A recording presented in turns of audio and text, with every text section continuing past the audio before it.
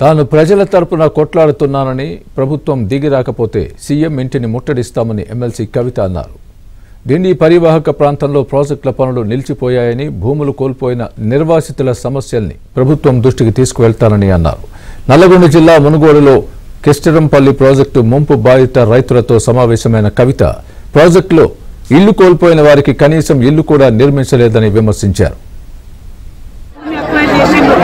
దానికి ఆనాడు 4 లక్షలు ఇచ్చింది, ఇప్పటికే 11 ఏళ్ళు అయిపోయింది. ఖచ్చితంగా అది పెంచాల్సినటువంటి అవసరం ఉన్నది.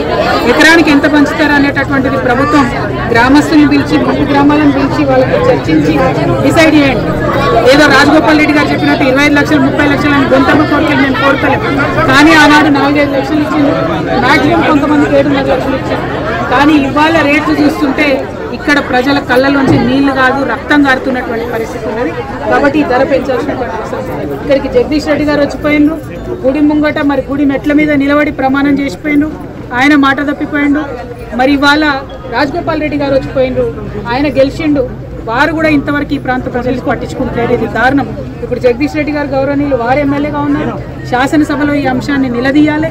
ఇక్కడ ప్రాంత ప్రజలకు మీరు ఇచ్చినటువంటి మాట నిలుపుకునే ప్రయత్నం చేయాలి.